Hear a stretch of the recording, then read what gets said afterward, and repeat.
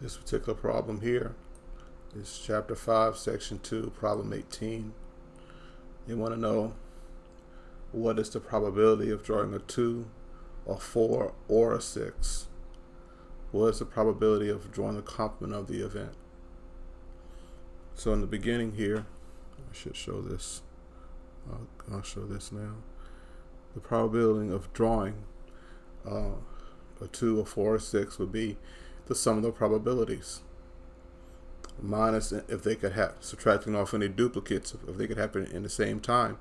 Since a card can't be a 2 and a 4 or at the same time, it's going to be this formula here, because the probability of them both happening is 0.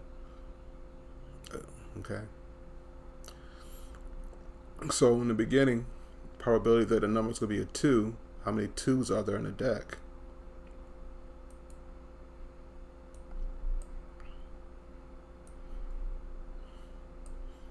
There are 4 2s in the deck. So the probability of an event occurring will be the number of successful outcomes divided by the total outcomes, which is 4 out of 52. Well, probability of a 2 is 1 out of 13. Of drawing a 4 out of a deck, how many 4s are there in the deck? 1, 2, 3, 4. So the probability of an event occurring will be the number of successful outcomes divided by the total outcomes, which is 113. And how many 6s are there in the deck? There are 4. So the probability of an event occurring for 6s is the number of successful outcomes divided by the total outcome, which would be 4 out of 52, 113. So the probability that it could be a 2, a 4, or a 6, this will be the result of adding the probabilities.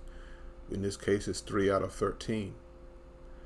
And then they ask the other question: what is the probability of the complement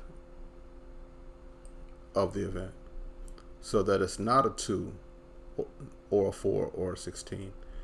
So the complement of it happening is going to be 1 minus the probability that it happened.